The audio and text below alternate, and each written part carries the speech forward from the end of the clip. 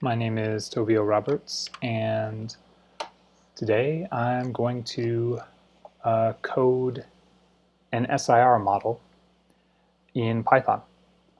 So I'm a curriculum developer for data science at Galvanize, and mainly I work in prepping students for the Galvanize DSI. This is sort of an accessible model to understand and to code. And yeah, we're just going to code it out and talk about it as we go. Feel free to ask questions in the chat, and I'll do my best to answer them in a timely fashion. Yeah, so let's go ahead and get started. Here's a Wikipedia page. I'm just going to paste this directly in to the chat. And this is compartmental models in epidemiology. The SIR model is commonly used to sort of describe the curves for people who are susceptible to disease, to an infection. The actual infected population and the recovered population. So susceptible, infectious, recovered. We're going to go ahead and use this terminology throughout the code. Yeah, if you feel so inclined, please read. Please go ahead and read through at least this part of the Wikipedia page, the SR model, and we'll go from there. So, looks like I need to fix something with the link for this. So, 1 second.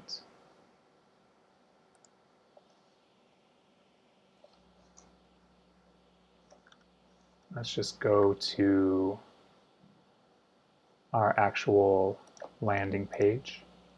So,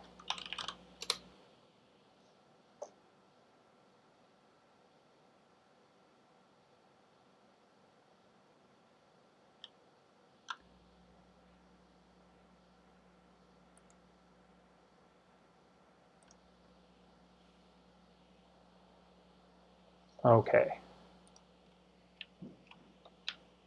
Let's just go here.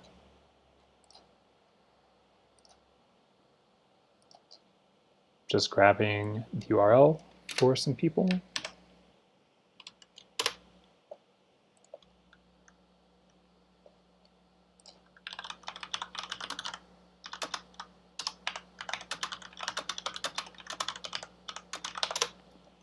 And there we go.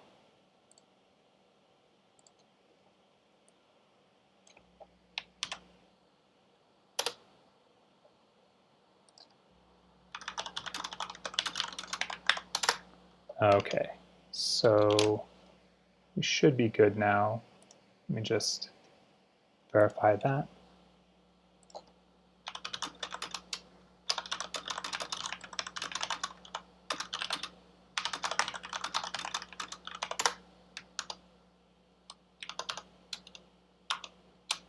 All right. So, Galvanize Data Science Prep. This is our channel. There's a bunch of videos on here, a series of playlists that, if you're going through our materials, you can see a lot of stuff here, right? So a lot of solutions videos to our materials, and all the Python lessons that we make. So this is all related to our Learn platform, and if I type in Galvanize DSI Prep, this will take me to a list of prep courses, and our basic prep here is free. So yeah, data science basic prep, it's free to go ahead and register. And yeah, so let's go from there. All right, so we're going to be coding out an SIR model, and it's an interesting model because it you give it a population, and you give it some transfer rate for infection, and it'll show you at various time intervals how many people are susceptible in the population, how many people are infected, and how many people are recovered, right? So you have this transmission rate, beta, and you have a recovery rate, gamma, over here.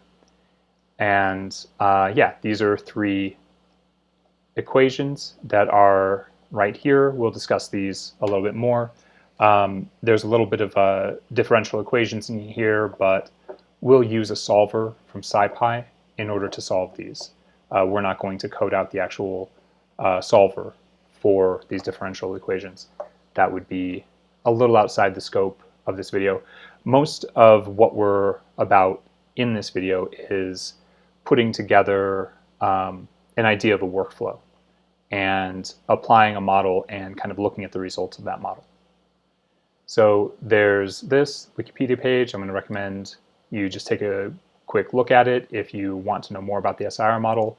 SIR model is very related to things that are happening in the world. This is a paper on kind of why an SIR model is better than a related model called an SEIR model for predicting, potentially better for predicting rates of transmission and recovery for COVID. So this is an interesting paper if you want more context. And this video is inspired by this Numberphile video, honestly. I watched this and I was like, I think I can code that out pretty quickly, and so I did. And this has some live coding of the SIR model as well, but using a program called GeoGebra. And so it's a little bit different, but this will give more context and more explanation of what this model is and how we might use it. Okay. So that's all the basics out of the way. Here we're looking at VS Code here on the right and my terminal on the left. I have this in a folder called, it's just a sandbox that I can delete at any time. And yeah, over here it's just a single, we're going to do this all in a single file, single Python file. And I'll talk through it as we go. All right.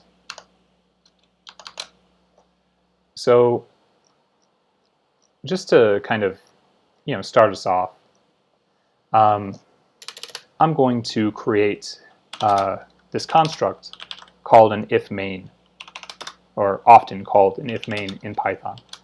And this is something I don't always use, to be quite honest.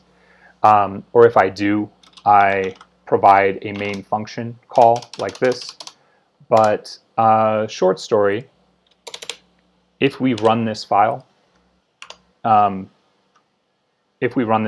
let's go ahead and print a hello world here. And I'll run over here.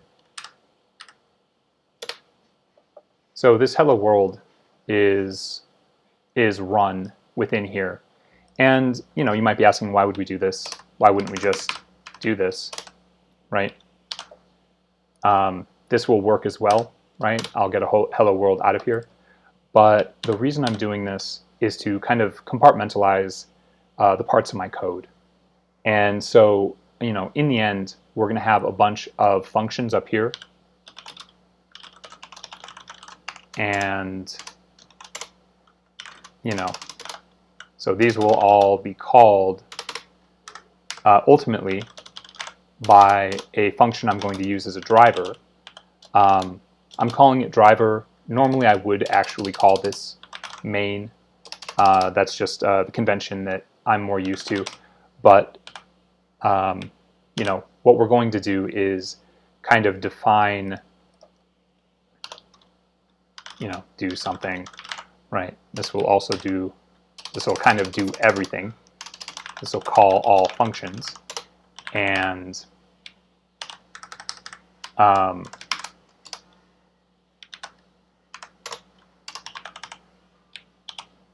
so what this is all going to do down here is, you know, I'm going to go ahead down here and define the parameters of the model,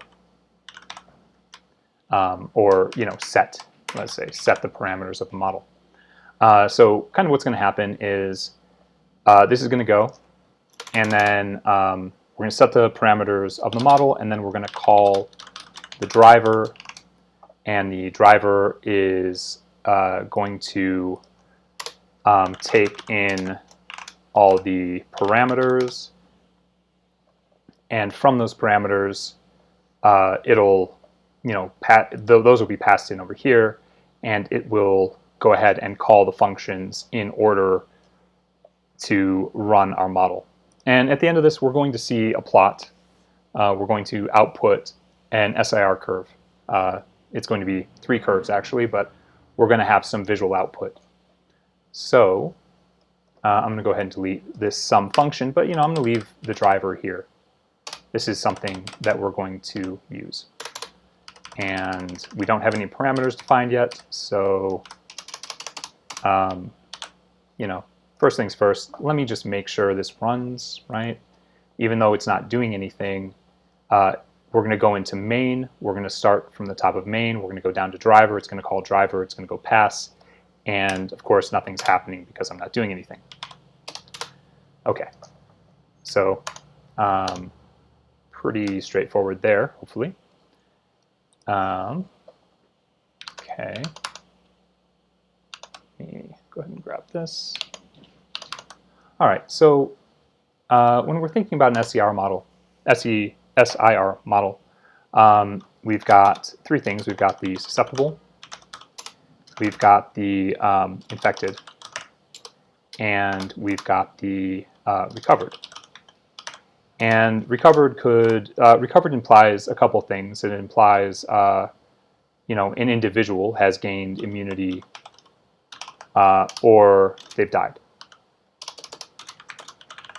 And one of the assumptions we're making here is that if somebody's susceptible, they can become infected, but they don't go straight to recovered, right? We're not assuming any kind of initial immunity here. So somebody's going to go from susceptible to infected, and then you don't travel backward. You don't go from infected to susceptible again. And if you're in infected, the only place you can go is to recovered. And from recovered, you don't travel back to infected, or you're not considered susceptible. So this is sort of one way, and you can think about them as, you can think about it as buckets. So, you know, you can imagine if there's one person who's infected, and that person is going to interact with, let's say, 5 people in a period of time, and there's some probability of infection, then you're going to have a certain number of people infected in a given amount of time, right? And then as infected grows, there are more people from susceptible who will become infected, and you know, over time, people from the infected bucket will travel to recovered, right? So susceptible ultimately is going to go down, and infected is going to have a curve, something like a bell curve, and recovered is only going to go up. And ideally, you want to have some floor for susceptible, which implies a ceiling for recovered, right? So where we're going to start with this is with a population. And, you know, we're going to have a total population of people. And we'll just default set this to 100,000. And we're going to have a timeline as well. So here I'm going to say we have a number of days to consider. And we're going to set this days to 200 days, just for our purposes here. So I'll do this. Oops. And we're assuming a closed population here. And what I mean by that is that we're not having people come in from other populations. So this number is our starting point, and it's not going to grow throughout. So you can imagine there's an SIR model out there that will have the ability for a population to grow. And there's actually a great 3 Blue 1 Brown video kind of showing that, where there are, say, 5, 6 distinct populations, and there's some transfer between the populations. Like one person might pick up and go visit another locale, meaning that there's the potential for an infected person to visit another locale, essentially. All right. So let's decide that there is an initial number of people who are infected. And this is generally going to be the case. And we're going to set up our initial parameters. So initial, let's say, infected and recovered individuals. So initial infected, let's just set this to 100. And let's say the initial number of people recovered is 0. Let's just start with 0. So from here we can start kind of getting some numbers together. Okay. We want to set an initial number of people susceptible,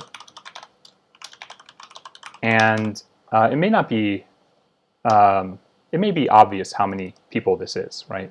At this stage, it's going to be our total population minus the initial infected and the initial recovered, right? So we could just say very easily, total population minus initial infected, also minus, I'm just going to do this, just for, sorry,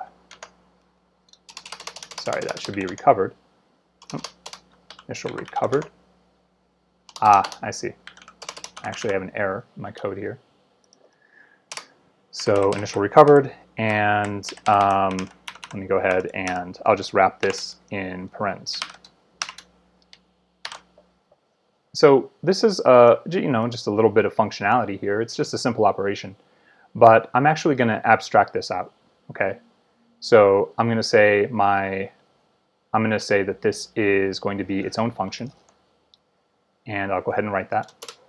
So this is going to be get initial susceptible, and we're going to pass in the total population, the initial infected, and the initial recovered. And you might ask, why would we write such a simple function when, why would we write a function for such a simple calculation, right? And really it's just to compartmentalize what we're doing here. So I'm going to just return this, right? Total population minus initial infected plus initial recovered. And we're going to go ahead and call this like so, okay? I haven't put this in the driver yet, but we'll start doing that in a second. So let's just take a look at this. And at the bottom of this, I'm going to print, I'm going to print what we have so far. So I'm going to start building a dictionary. And this dictionary is going to be, all of the items that we have in here. So total population,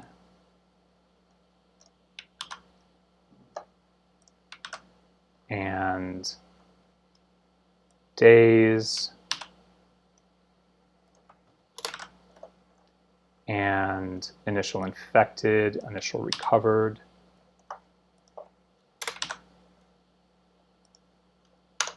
and in this case, well, yeah, I'll go ahead and do this for now. I'm going to put initial susceptible. And what I'm going to do here is I'm just going to put quotes around these. So these are my keys. And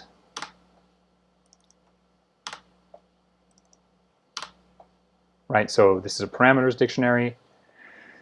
And I'm going to be passing in each of these values. Although I don't want to pass in the value, I actually want to pass in the value stored in the variables above. Right, so days stores 200, so the key days is going to get days, initial infected is going to get initial infected, initial recovered is going to get initial recovered, and initial susceptible is going to get initial susceptible. And I'll just clean this up a little bit, right, because we don't use equal signs. For key value pairs, we use colons. So I'm going to go ahead and print the parameters dictionary. And if I run this over here, let's see if I have any errors. Doesn't look like it, right? Total population. You know what I'm going to do? I'm going to go ahead and write a for loop for this. I think it'll make it a little nicer. For key value in parameters dictionary dot items, we're going to go ahead and print the key and the value. And maybe I'll make it just slightly nicer than that. So I'll just put a colon here, just so it sort of matches what we're seeing internally. And this kind of gets us to this idea: run your code often, and make sure it's doing what you think it's doing. So total population 100,000, days 200, sure, initial infected 100, and initial recovered 0. We're assuming the initial susceptible is going to be the total population minus the initial infected, and we can see right there that it is. So that's just to give some verification that that is in fact what's happening. And so I wrote this get initial susceptible method function, that is, and I have it in the main block right here, but I actually want this to live somewhere else. I want this to live in the functions area, right? So I'm going to go ahead and put it up there. And you probably noticed I just deleted the driver. That's okay. We're going to put the driver in at the end. So go ahead and delete that. And if I run this,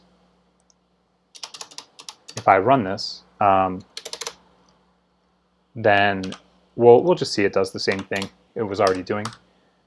We just have this function in another area. Yeah. All right. So we're on our way.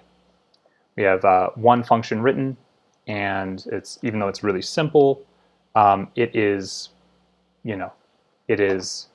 getting us to where we want to go.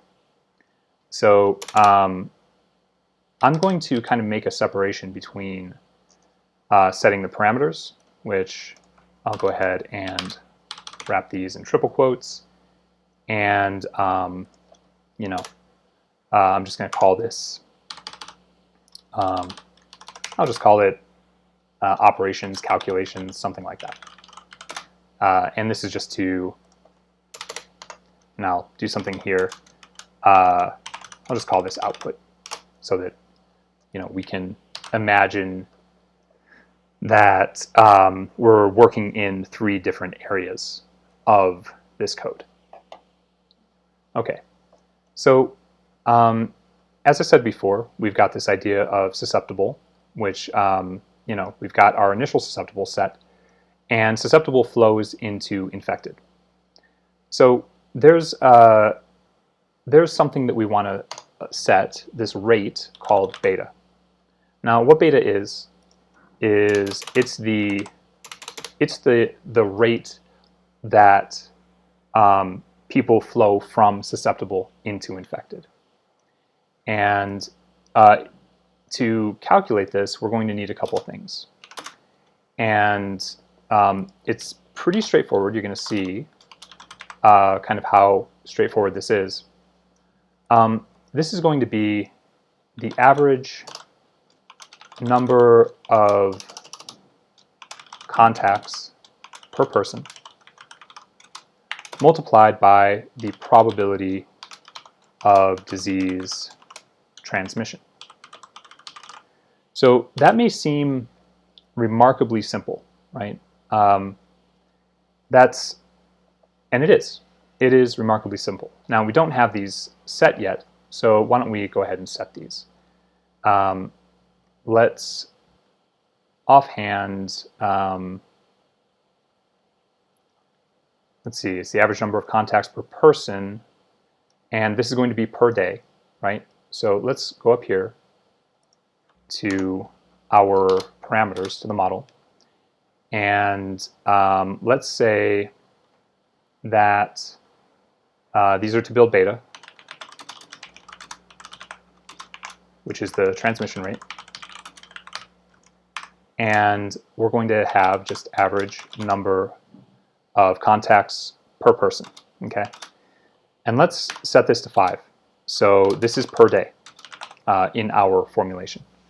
You could set, depending on how you display the results of this model, you could do this per week, you could do it per hour, right? You can imagine that this same model might apply to memetic information on the internet, right? So memes, you might have people who are susceptible to a meme. They've never looked at a certain cat picture with some statement underneath it before, so they're susceptible. And if they're infected, they're sort of transmitting it around, right? They're sharing it, they're talking about it, they're making other people aware of it. And then when they're recovered, they're not obsessed with that specific meme anymore. So you can imagine this model has application outside of just disease. So average number of contacts per person per day is 5, and the probability, when somebody makes contact, the probability of disease transmission is going to be, let's just set this to 0.04. So that seems pretty low, but we'll see. We'll see how that goes. So we've got our beta down here, and I'm not seeing what is wrong. Probability of disease transmission. Okay, that's why. I'll just sort of abbreviate that a little bit. And now I'm going to put these other parameters into our parameters dictionary.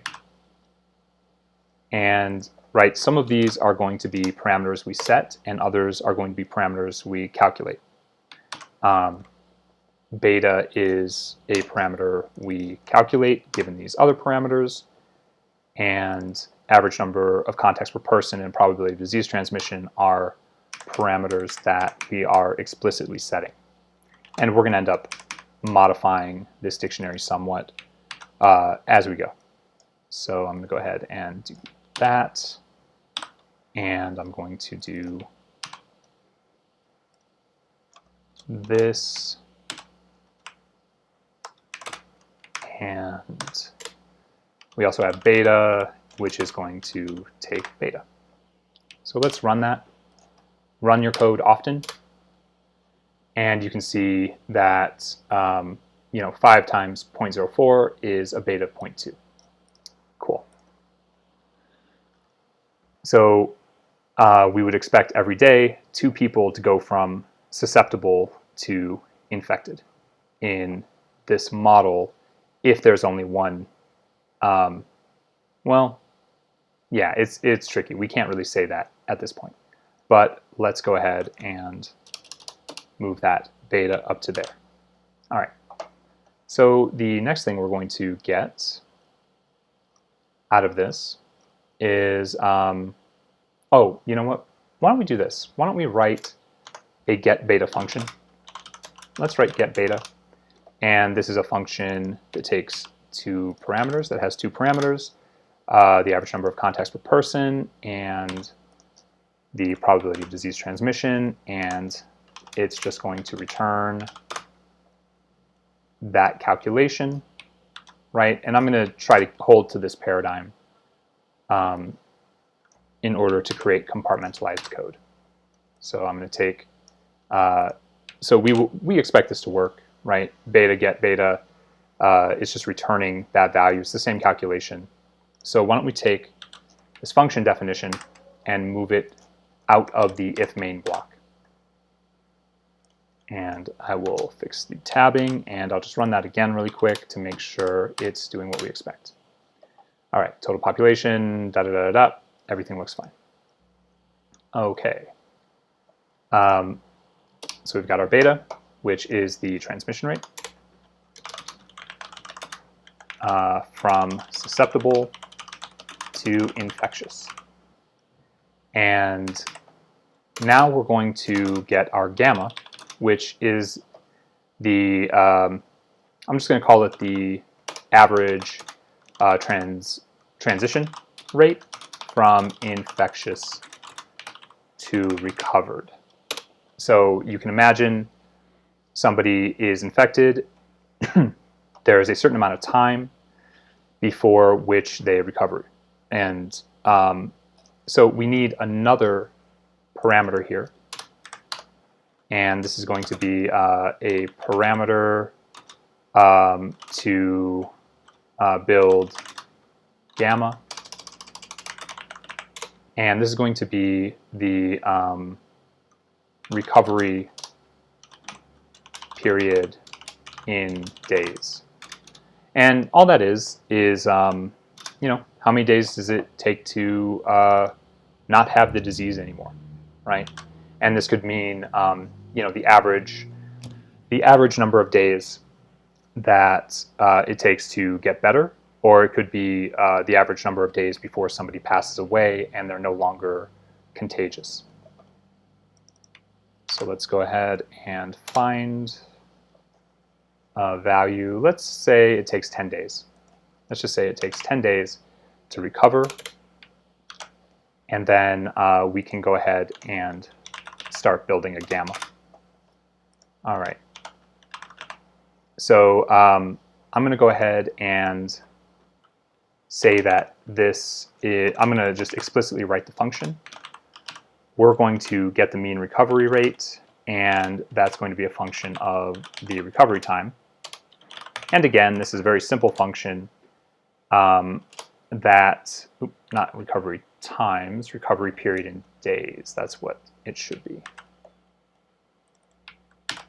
Yeah, that should be fine. All right, so this time I'm going to just write the function up here. So this is going to be get mean recovery rate, right? Let me just copy that. Get mean recovery rate.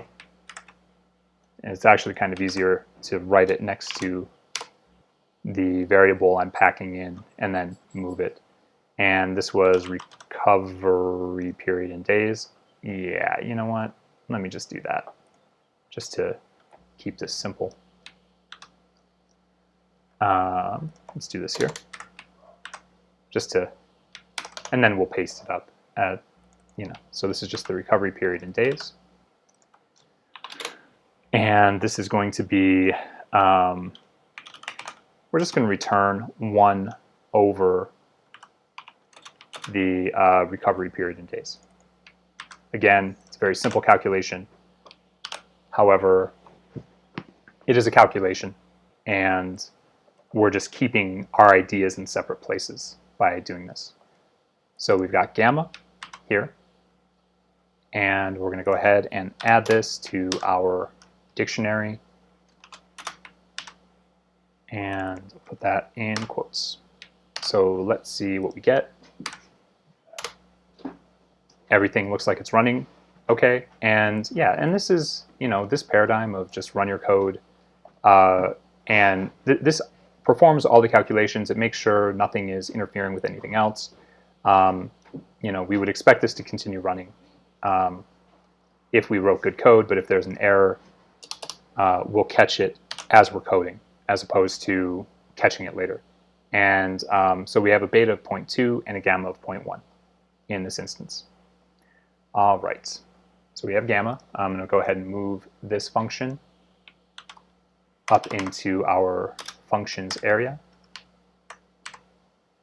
And you might notice that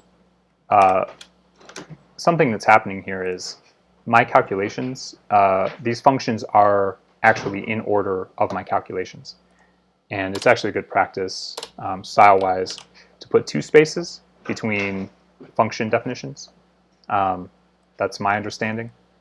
But everybody codes in their own way. So, all right, let's continue forward. So we've got gamma,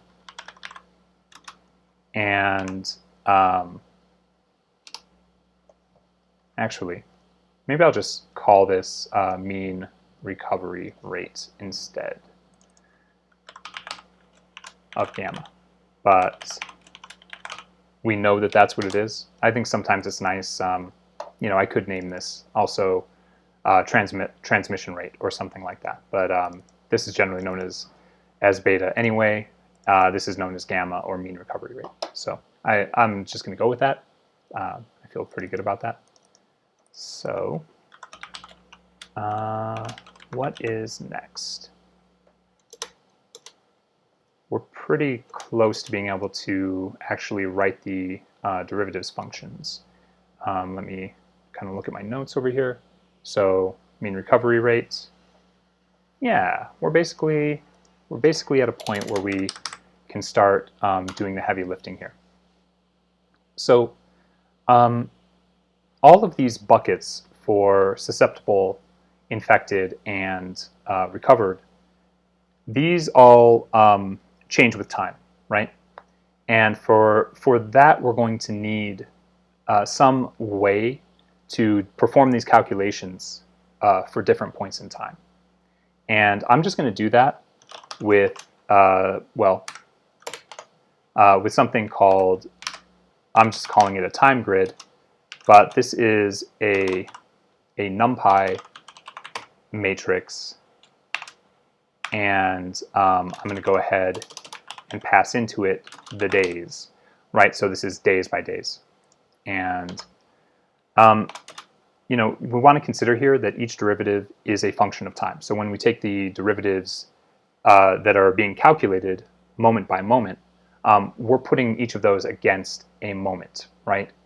And this time grid holds those moments. So each derivative is a function of time. So we're using this time grid so we can use this NumPy array for calculations and plotting.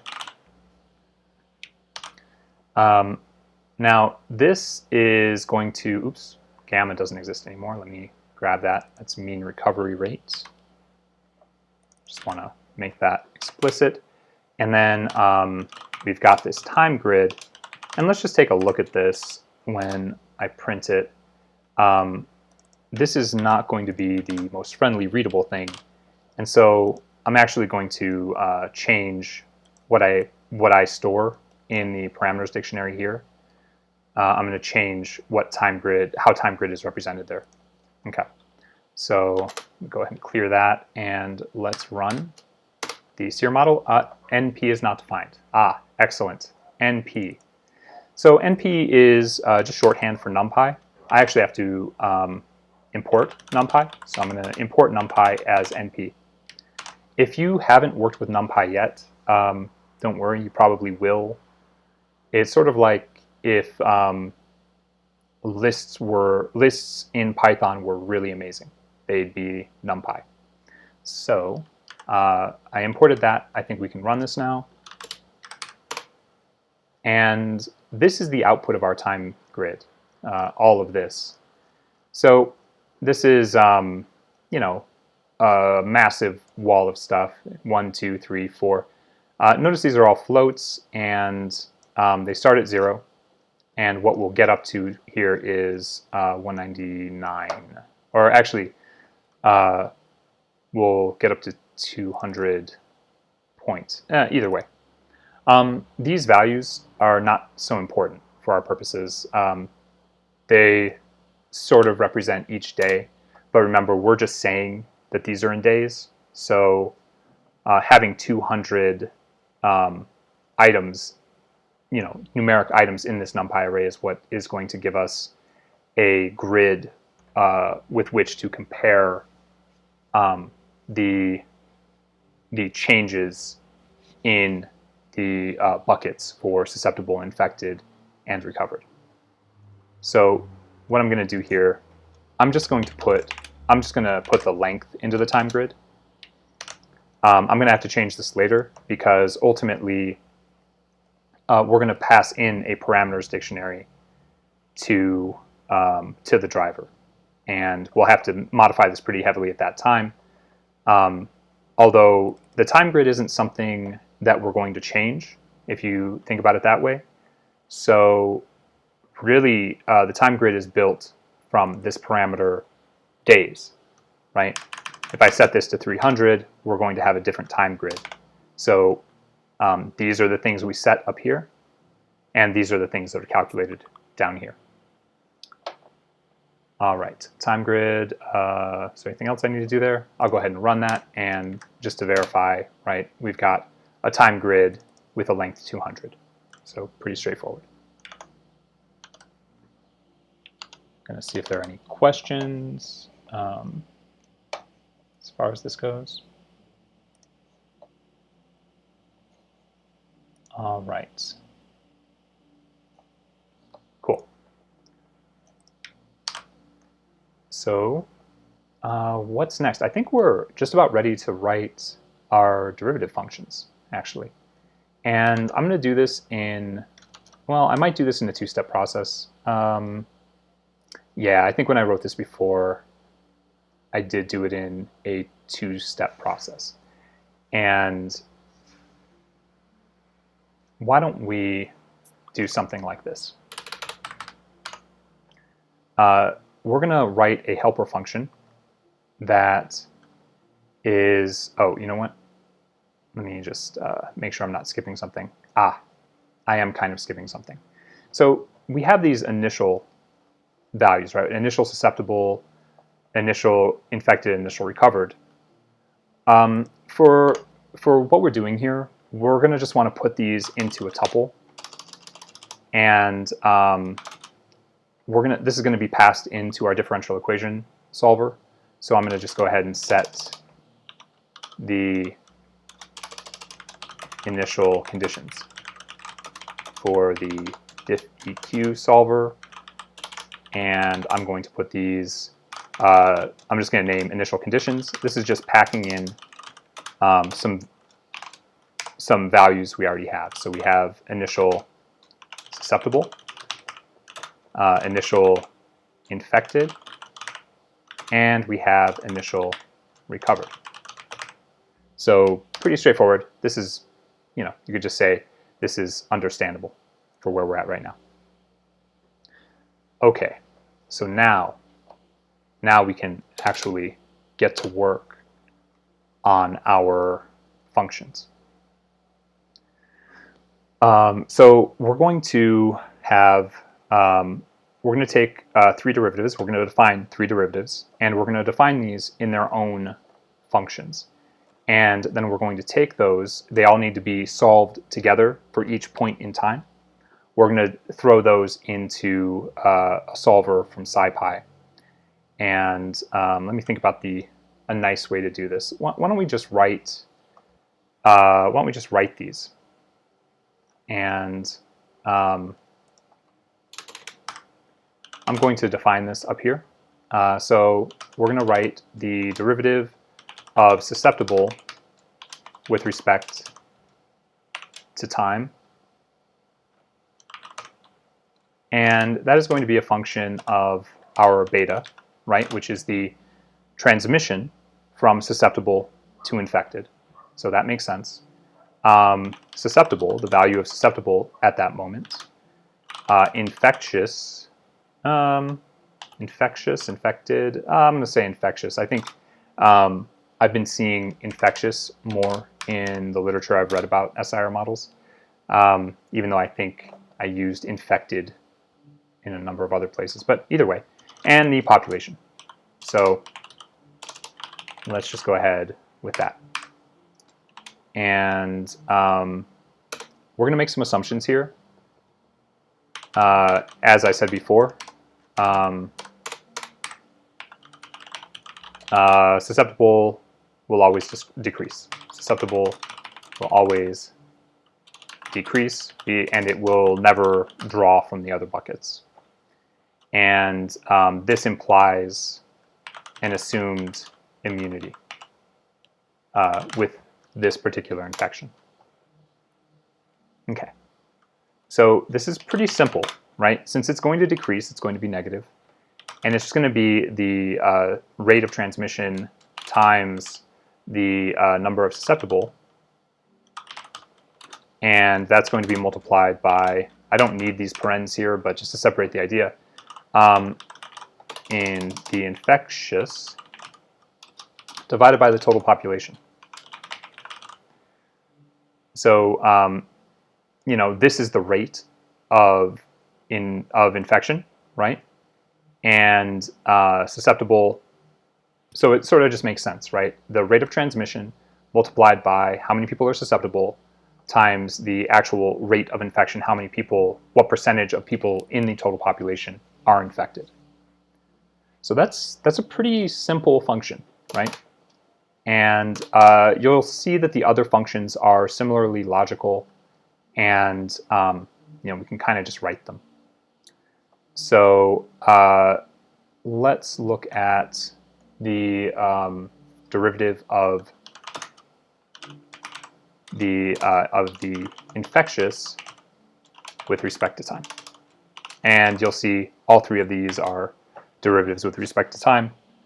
So everything we're doing, we're bouncing against that time grid.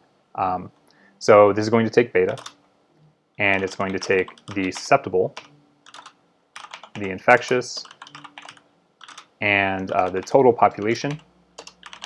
And imagine that, remember that infectious can increase and decrease, and it's going to decrease at, you know, by some function of the mean recovery rate as people who are infected,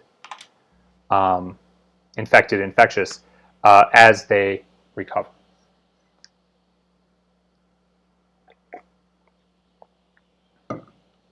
And even though I don't think we need to reiterate this necessarily, but let's say infectious draws from susceptible and is depleted by recovered. So we'll just go ahead and return beta, and notice this is the part of the curve that grows, beta times susceptible, right? So this is the rate at which infectious increases, and we're going to multiply this by infectious over the total population, right? So that makes sense. This is the same thing that we see up here. And then we're going to subtract from it simply the recovery rate, mean recovery rate. I don't know why my code complete isn't working very well. Mean recovery rate multiplied by the infectious. So this is how it grows, and this is how the infected population grows, and this is how the infected population decreases. So fairly simple. And you know, the thing you're going to see here is that this is going to be really simple, the derivative, given what we've seen already with these other two derivative functions. This one, the derivative of recovered with respect to time, is going to be you know, similarly simple. Mean recovery rate and infectious, and we can let's just assume recovered is a dead end. That's morbid. Assume recovered is never decreases. Let's say that. Once you're recovered, you're recovered. You either have immunity or, or the person has passed. So here, as we see up here, mean recovery rate times infectious. I'm just going to copy that, and we're just going to return that. So these are our three equations, and we're going to use a solver so that we have each of these sitting against time. And that's going to give us, that's going to give us an array for each of these buckets, right? And returned from the solver. So I'm going to just make the solver call first. And this is actually coming from, let me pull up a browser. And this is coming from SciPy, ODEINT. So this is the ordinary differential equation solver that I'm familiar with. If you want to look at the documentation for this, paste that into the chat. We're going to pass in, well, you can see this, we're going to pass in a set of functions, an initial set of conditions, right? These are our initial conditions, y0, time, and there's going to be a couple arguments that we pass in. Now, I'm just going to say this because it bugs me a little bit, but SciPy's documentation is just, it's sort of like in a, if you don't already know, I'm not going to tell you format, and I don't like that. But there are places where you can track down, let's say, track down good tutorials for SciPy. There are a couple books out there, and maybe I'll throw them into the comments for, or into the caption for this video after I wrap up here. Okay, so to do this, we're just going to call,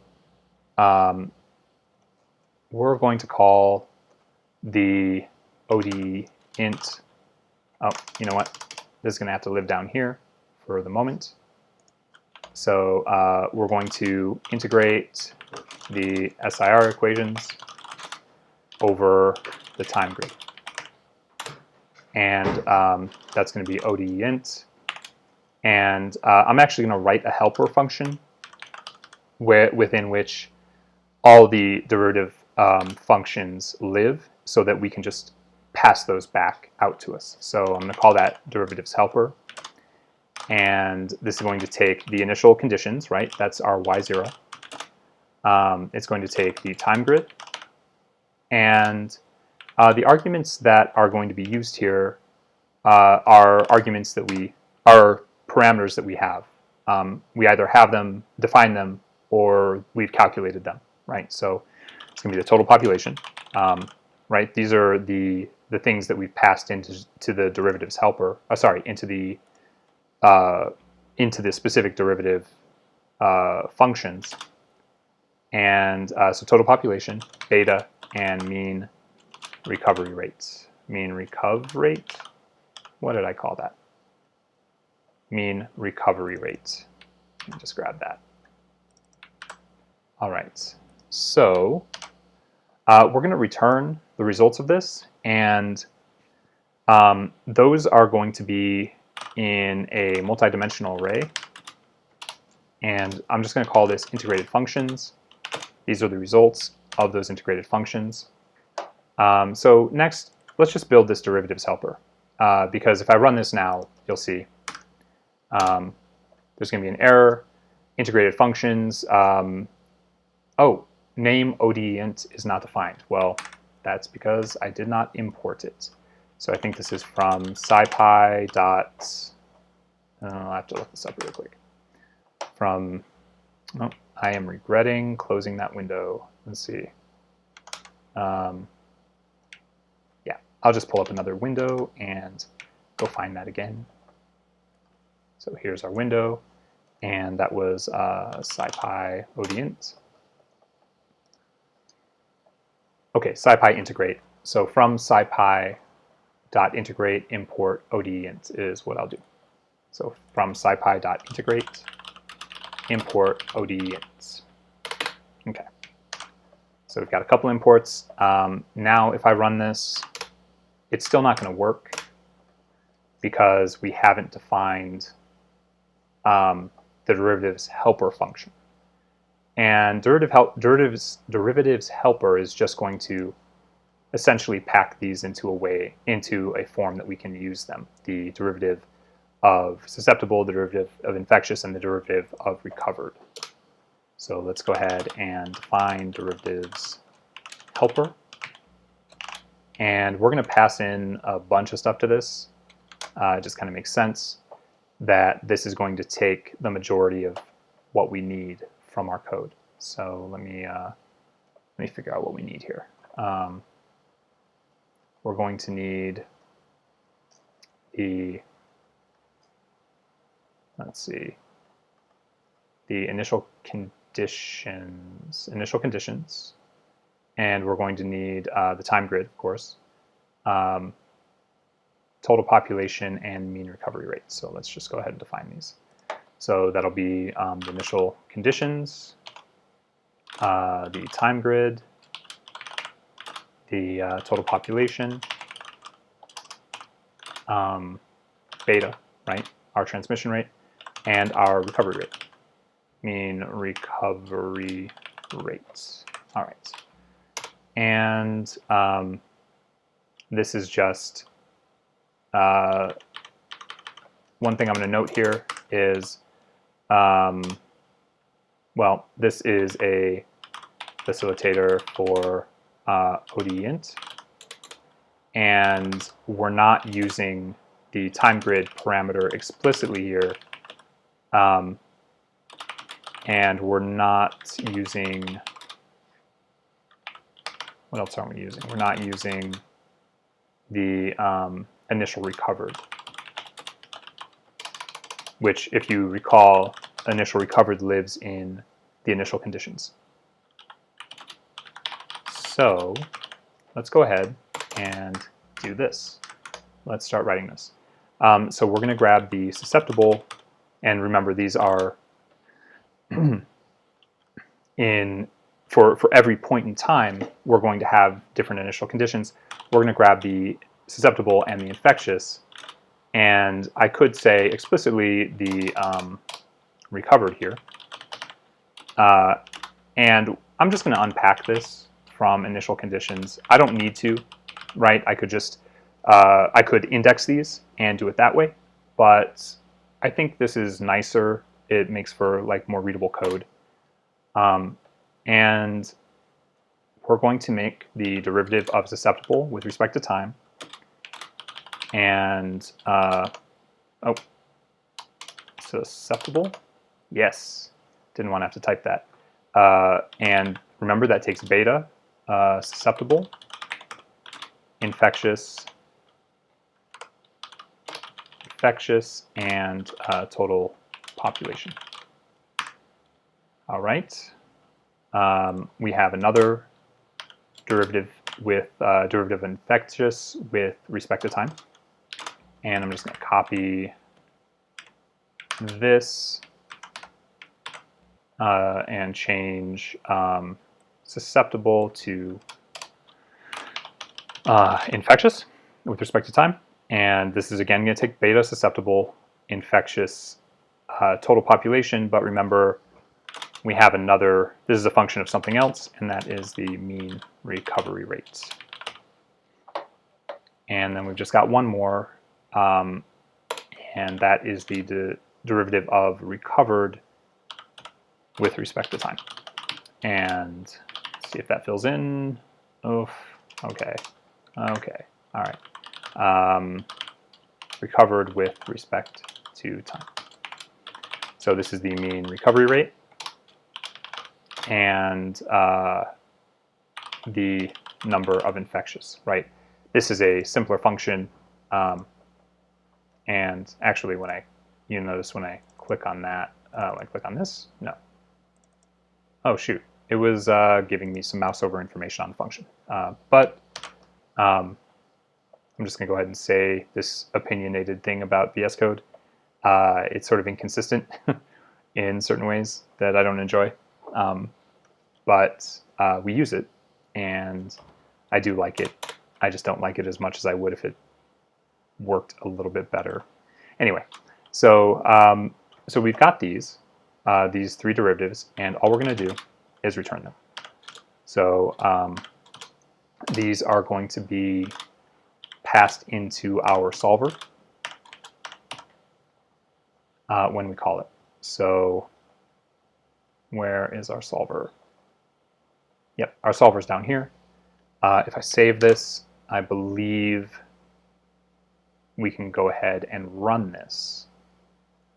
And we're going to see, I'm going to go ahead and print our integrated functions, even though it's going to be sort of awful. Integrated functions. First, I'm going to print the type of it, just to sort of show you what's going on here. I'm going to comment all of that, all of our other prints out, and go ahead and run this. Oh, derivatives helper is not defined for some reason. Derivatives helper. Derivatives helper. Huh. Not sure what's going on there.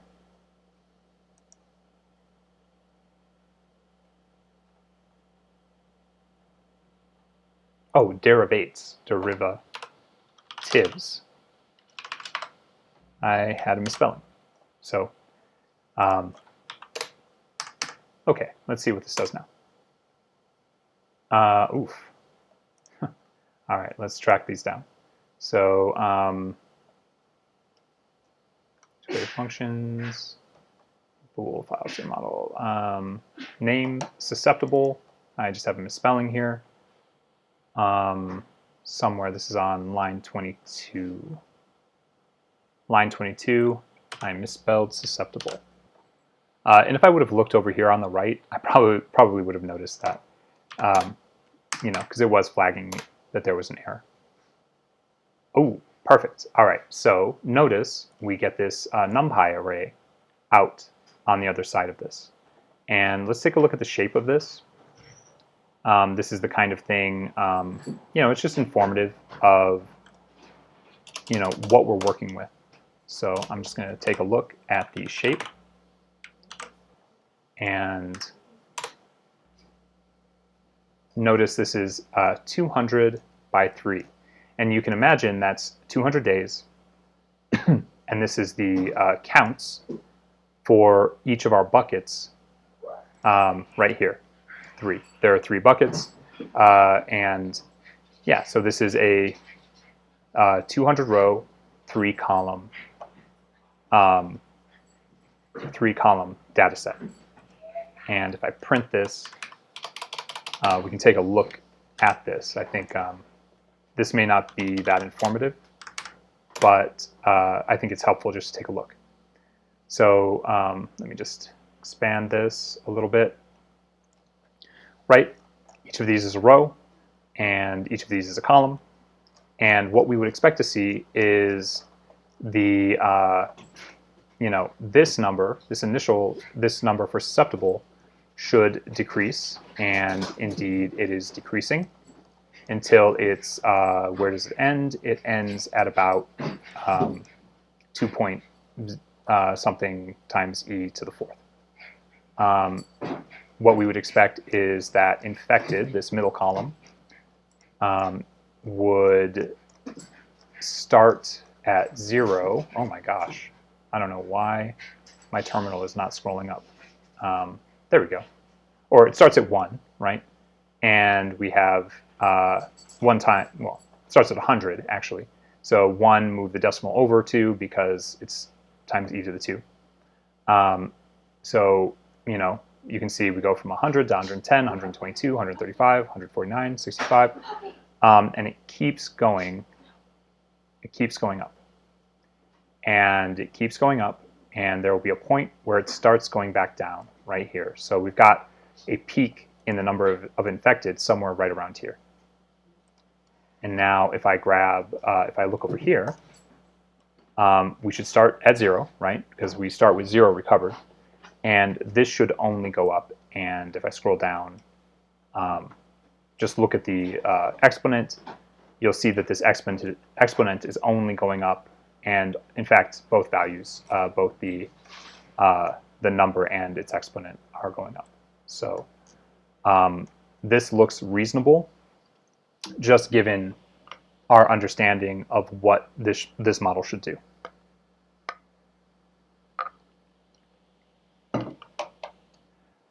So let's go ahead and let's unpack this.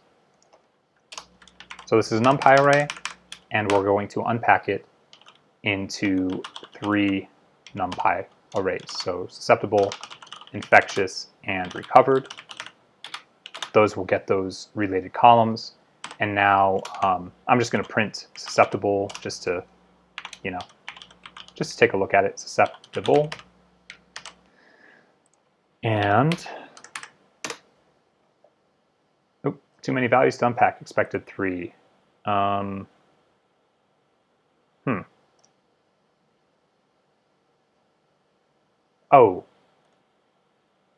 interesting. Oh, right. So I actually have to transpose this. And so you imagine these are all columns. It's 3 distinct columns. Well, how do I unpack? It's trying to unpack 200 things, actually. And I'm trying to unpack 200 things into 3 things. That's not going to work. So I have to take that whole matrix or that whole array and turn it on its side so it's 3 massive rows, right? So we have 3 rows with 200 columns. And each of those rows are now going to be passed into each of these variables, are going to be referred to by each of these variables. So let's go ahead and print susceptible. And sure enough, we've got a length 200 sort of vector, but technically I believe this is an array. Actually, not totally sure. This might be in a 0. There's this strange thing in NumPy that I always avoid. Okay, so it's an array, but I think it's an array with an odd shape. And I tend to avoid using this unless I know exactly why I'm using it. So it's 200 rows by something. And I don't remember what kind of array this is called, sorry. But when you have one shape measurement here and you're missing the other one, there's a specific name for that in NumPy. I just don't remember. If it occurs to me, or if somebody watching this wants to throw in the comments, that would be helpful. Okay, so we are so close to what we need to have. We have all the data. We have the data for this, for this model. So all we want to do now is we want to plot it. And I'm going to be a little hand wavy about this plotting function. I'm going to call it here. Okay. Let's say we're going to pass in the time grid, right? And we're going to pass in our 3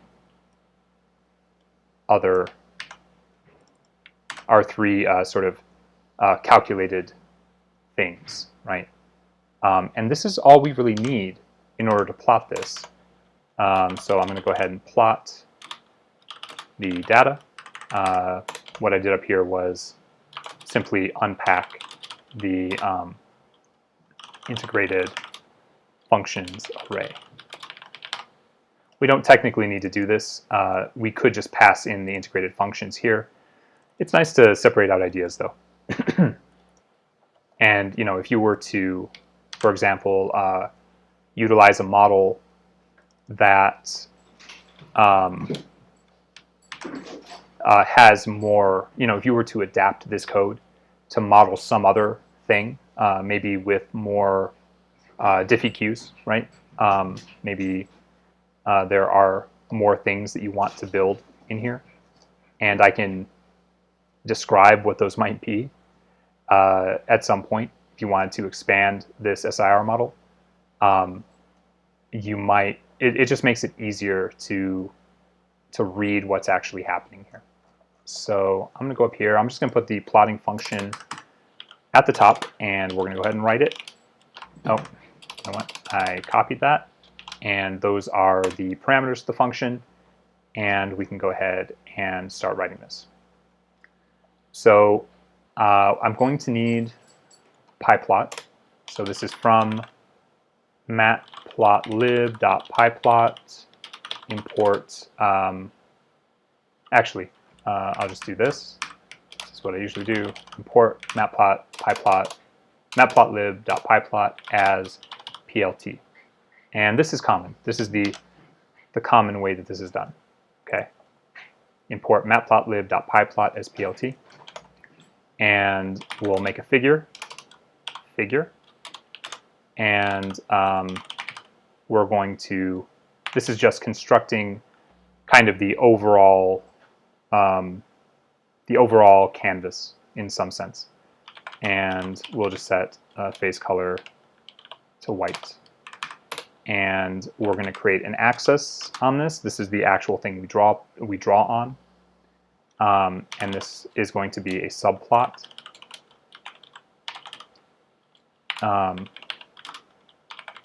And I'm going to admit right now that I snagged this code and adapted it from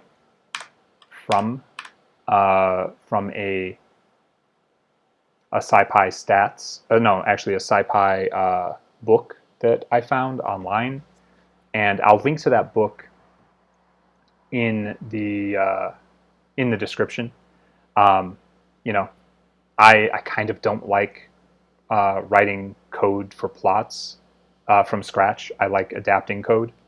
So, you know, for plotting specifically, because plotting is hard.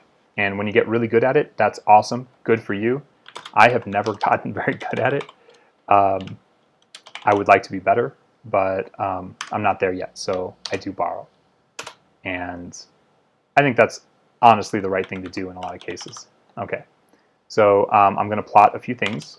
We'll just plot one thing first. We'll plot the time grid and susceptible, and we'll make that the color blue.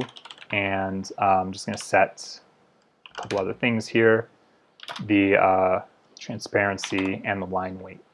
So let's see if we can plot this. And I'll just run plt.show. So hopefully this will run, and we'll actually get something to look at. Okay, we have a thing. So already, you know, we can see, given our transmission rate, our beta, and our recovery rate, gamma, we can see that we start off with 100,000 people, and by the time we get to 100 days, we see this curve sort of evening out. And when all is said and done, it kind of looks like 20,000 people were not infected, given the parameters that we set. So this is, or hyperparameters to the model. So this is informative, right? We can already see, well, how many people do you expect to get sick within, or sorry, how many people are no longer susceptible within a certain amount of time? And it's, well, the vast majority by 100 days is no longer susceptible, and you just have a few more thousand at that point. So let's build on this. And that was our susceptible. And oh, you know, let me put a label on that. Just call it susceptible. And we're just going to do this 3 times. We're going to pass in infectious. I'll copy that. And go ahead and set the label for that, and we want that to be red. And we're going to do recovered, and we'll make that green. And paste that in there. And let's go ahead and run that, and then we'll kind of clean it up a little bit.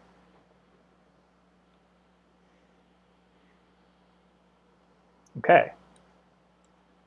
So we're not using those labels yet, but we can see, right, the number of recovered, and we can see where, at what point we need, let's say, the most hospital beds, somewhere around 70 days, right, or maybe 65 days, right around here, and we're going to need something like, I don't know, 18,000 hospital beds at that point. And so this is one way that this model can be really helpful, right? You can adjust various things, adjust the number of people contacted in a day. You can adjust the potential transmission rate. You know, if you have an assumption, say, people are wearing face masks, etc. You know, and you can see how this curve will, or this max will lower, even if, well, you have to consider though, if that max lowers, there's a good chance that that this timeline will stretch out a little further. But that's we won't get too much into that. So I'm just going to clean this up.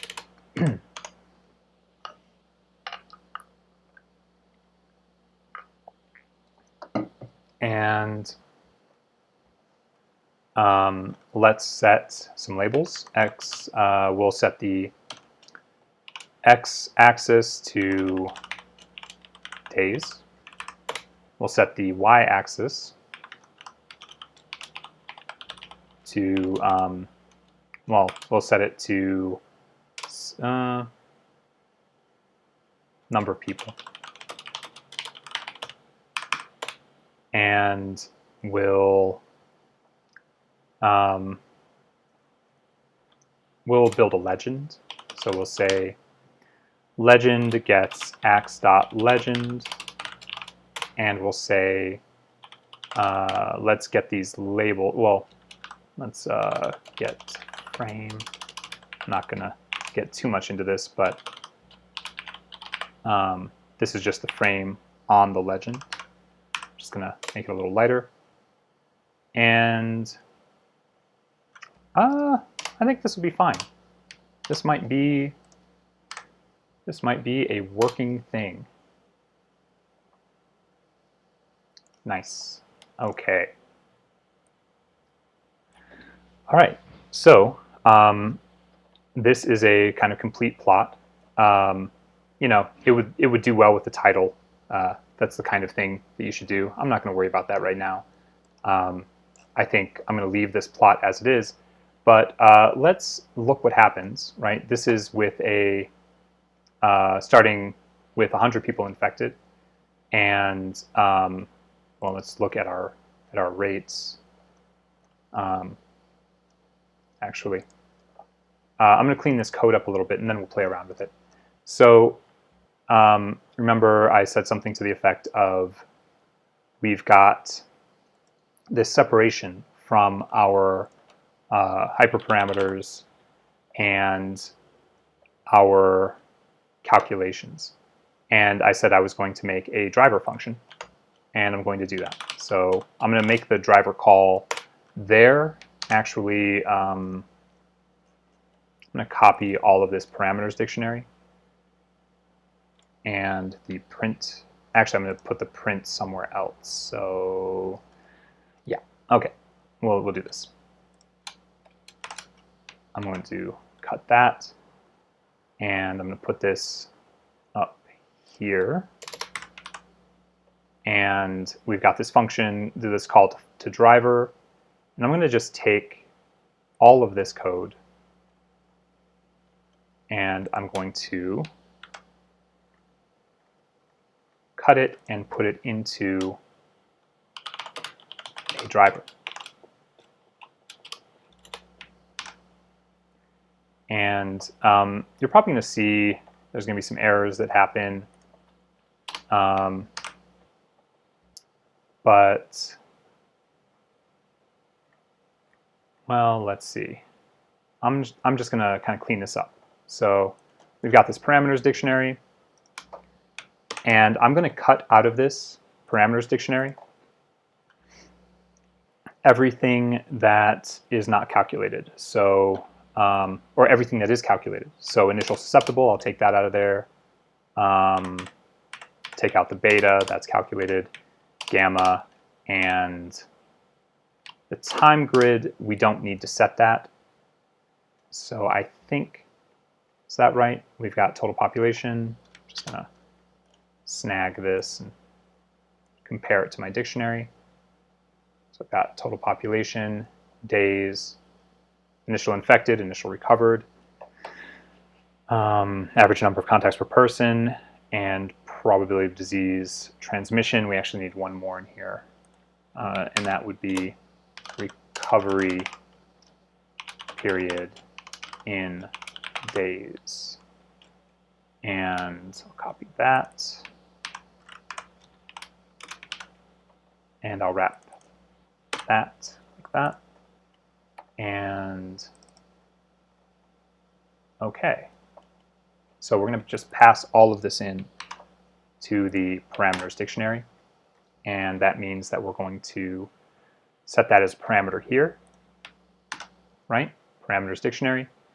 And now we need to just take this and start feeding it in, you know, like we're going to be calling these out of the parameters dictionary. So I'm going to do that. I'm not sure that this is a good idea, but I like the idea. Kind of makes, sort of makes for some more readable code, but also it gives us a nice brief pass in there. So, and then anything that we calculate, I'm actually going to add it back in to the parameters dictionary. So parameters dictionary sub initial susceptible is going to get the initial susceptible. And there we go. So notice I'm actually growing this parameters dictionary. And that'll allow us to print out the results of this at the end. Okay, so transmission rate from susceptible to infectious. Again, grab this parameters dictionary. This is just a lot of rewriting, sort of like going back through and cleaning things up. So average number of contacts per person, and put quotes around that. And I'm just going to do these one by one. And when I'm done, I think there shouldn't be anything that needs to be cleaned up. I think we'll have, hopefully we'll have everything we need. We'll find out. So I'm going to say parameters dictionary sub beta in quotes is going to get beta.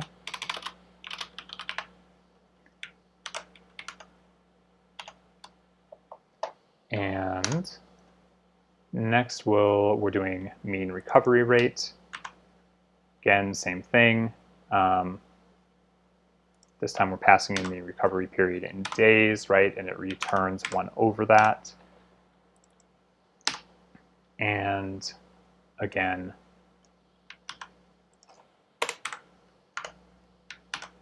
so what if I were to rewrite this code further, I would probably make a class, but not a lot of people in our prep programs are going to learn classes before they go into the Galvanize data science immersive.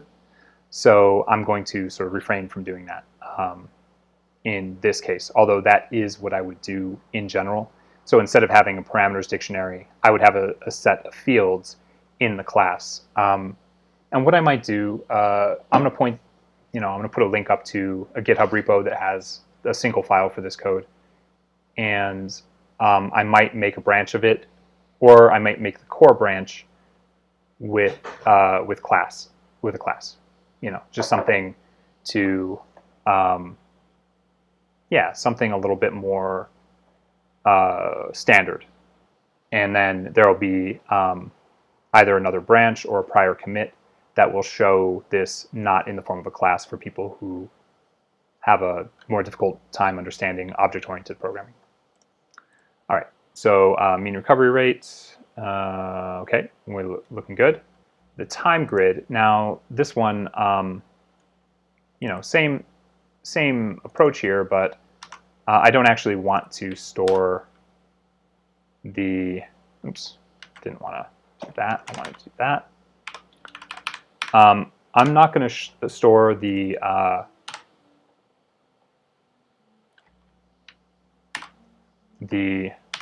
going to store the shape of the time grid. I'm not going to store the actual time grid. Is that true? Let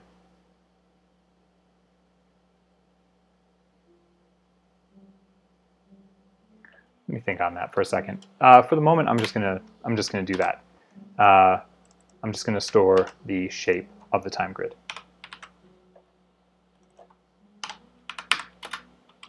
And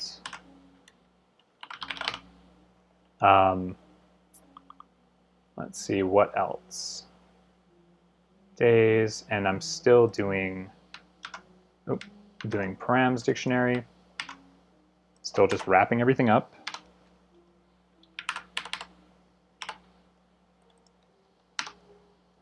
And here.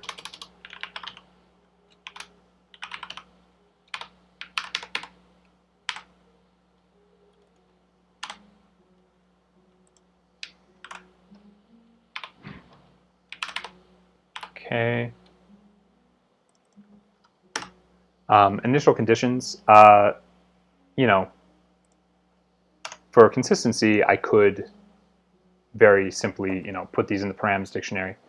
But I'm not going to do that because we already have these in the params dictionary. And so when I pass in initial conditions here, I'm not going to pull that from the dictionary. Also time grid, I'm not going to pull that from the dictionary. But I am going to pull the total population, beta, and the mean recovery rate from the params dictionary.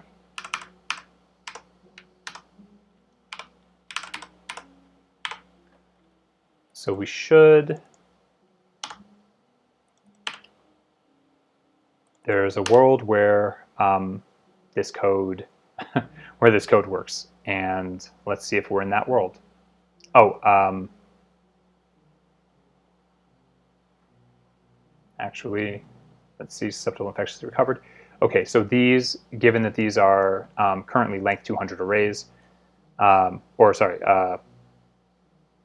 with 200 arrays, I'm not going to put these in the dictionary either, because at the end of the day, I actually want to print out this dictionary to give us a clearer sense of what, so we can view our actual parameters. So there's a good chance this is not going to work on my first try. I'm going to have to track down some errors. So let's find out. Cool. Mean recovery rate is not defined on line 52.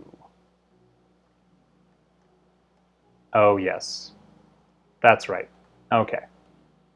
So, derivatives helper should get the mean recovery rate. So let me find the derivatives helper. It's not actually going to be able to access that in the way that I would expect. So I might have to track down a better way to do that. Mean recovery rate. This doesn't exist. Time grid, total population, beta, mean recovery rate. So, I may have painted myself into a little corner here.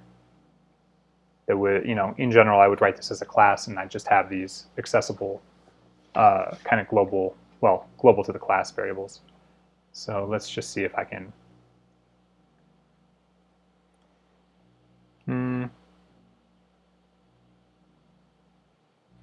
Let's see. Initial conditions gets these. Huh. Yep. Let's find out. It's not even, I'm not even painted into a corner. I just had something misspelled. That's a relief. Although, I'm a little confused how that ran before. Okay, well, let's just see. Ha! And that works. So when I close this, I'm going to see some output of the actual parameters, hyperparameters and the results. So in some world, and I'll just sort of do this. In another, well, I'm not going to rewrite that at the moment. But in a better world, I would have beta underscore and mean recovery rate underscore because I've modified these. And you'll see that convention used in, say, scikit-learn. When there's a field that is built through the operation of the model, you'll tend to see an underscore following it, like initial susceptible underscore, because that's the result of a calculation. But I'm not going to do that. I don't want to do that right now. It's sort of such a minor thing that we don't need to do. But what I will do is I'm going to take this. I'm going to take this print so that it occurs before the data is plotted. So let's just say, well, yeah. So I'll just say output to console the hyperparameters,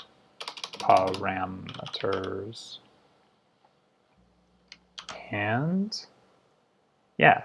So I'm going to run this one more time, and then we'll change a couple inputs, and we'll call it a day. Now, we kind of skipped the most difficult part of this because we didn't solve those diffie-qs ourselves. We used a solver. I might at some other time code some kind of solver from scratch that can handle some simpler diffie-qs, but that might be out of the scope of things that would be interesting to people. I'm not sure.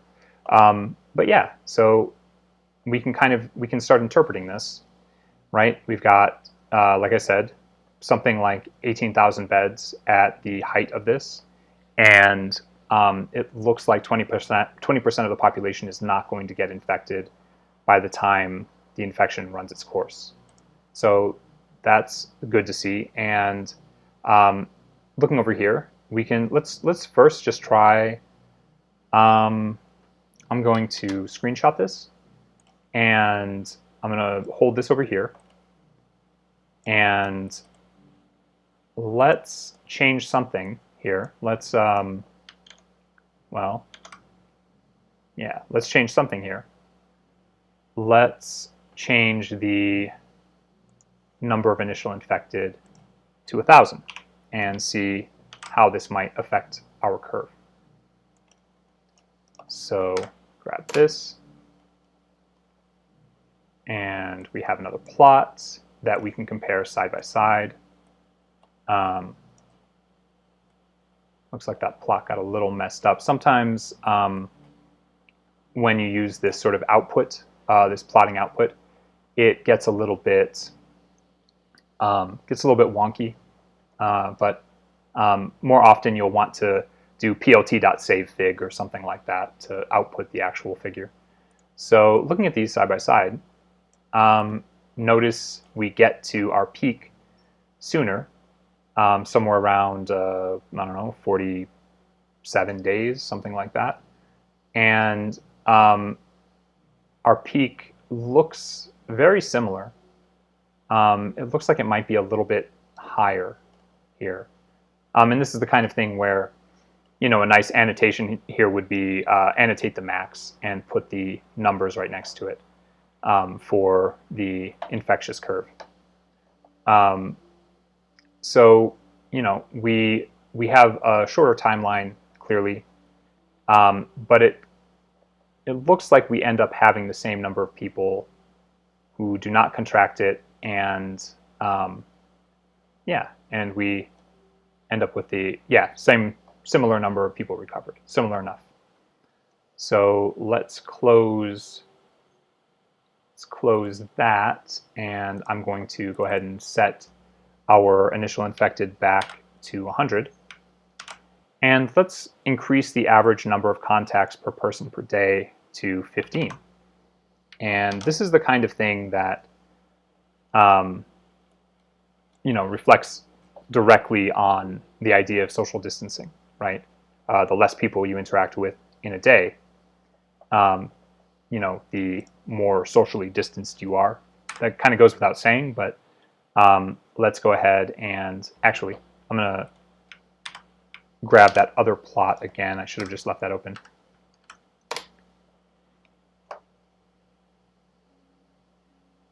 And so here's our initial plot, and let me just screen capture that.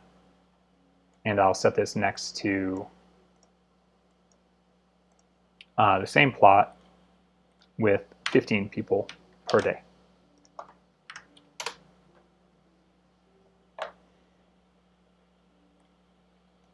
And this may look dramatic, and I think it is, right? This is a dramatic difference that we're seeing.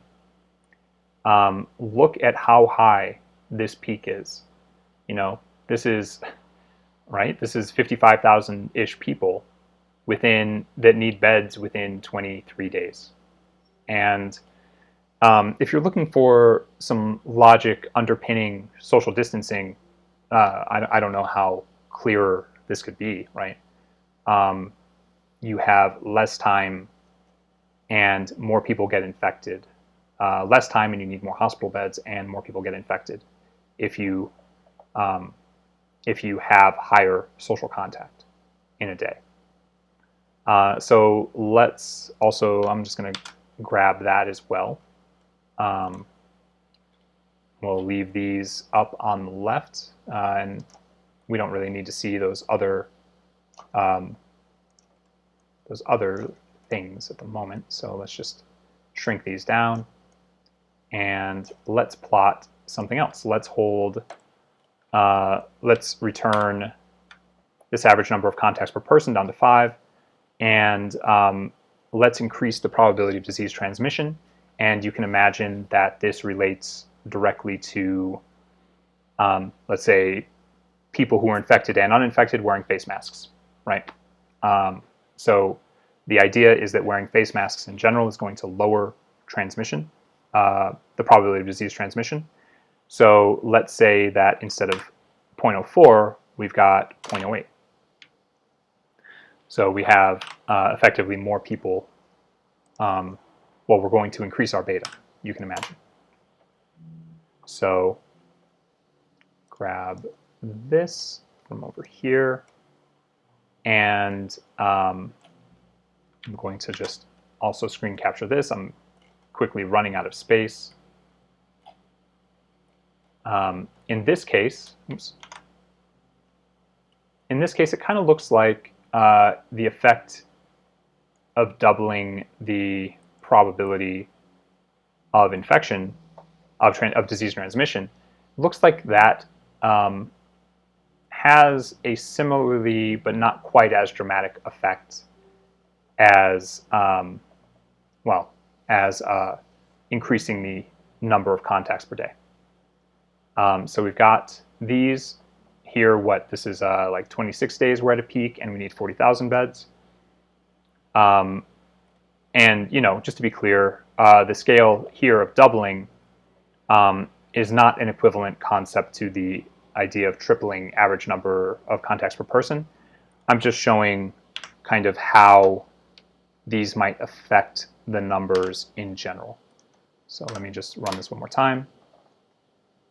And in this case, I have, if you didn't see what I did, I have the number of contacts per person per day at 15 and the probability of disease transmission at 0.08. And as we might expect, this is worse than the other two cases. So yeah, so that's pretty clear, right? We have a peak that is somewhere around 70,000, significantly worse than either of these other two cases. And this is just, part of the logic behind wearing masks and social distancing. And yeah, so I hope you all enjoyed this. I'm going to link in the description a GitHub account that has basically the equivalent of this code. It's not written quite the same way, like it didn't use a parameters dictionary in that code. Although I might overwrite, I might update it to use a parameters dictionary. I kind of like that approach, and maybe what I'll do is migrate it also to an OOP style and write a class for this model. But yeah, some things to think about with this. Could you adapt this, right? Could you adapt this to have dynamic transfer of your population, right? So let's say you have 4 different populations, all with different, well, some with maybe one you could think of as rural, and the other you could think of as urban. Let's just think about 2, actually, 2 different places. One is urban, one is rural. And the urban population has, maybe you would assume, maybe it's not a safe assumption, but you would assume that the average number of contacts per person is higher in an urban place. You have buses, you have more centralized public places, you have, you have kind of a lot going on. And maybe you hold the probability of disease transmission constant. Of course, the population of 1, the rural area would probably be much lower than the urban area. But then what if you have randomly people shifting from one population to the other? And you can imagine what the probability of a person who is infected going to another place, right? You've got this rate of infection at any given point in time. And if you randomly select from your population, there's a certain percentage of the population that is infected that might travel to another place. So you could make this model more dynamic, and you could have 2 locales. You could have an urban and a rural locale, and you could see transference of people between those 2 locales. And you could add as many of those as you want. You could, sort of model a whole lot of different behaviors within this base of code. This is sort of like a foundation template to start approaching something like that. But yeah, I will post something in the description, a couple links, the links to the videos, the YouTube videos that I kind of looked at to build this idea, and a link to the GitHub account that this code will be hosted on. Yeah, thanks so much. My name's Tovio, and the goal is to do this weekly. Every Thursday at 3 p.m. Mountain Time. That time might change here and there, but it's just going to be a project-oriented approach. Every once in a while, maybe we'll just do some code wars problems, but my goal is to kind of have a different novel project every week and to have some variation in that kind of stuff. Awesome. Have fun, y'all, and enjoy your day.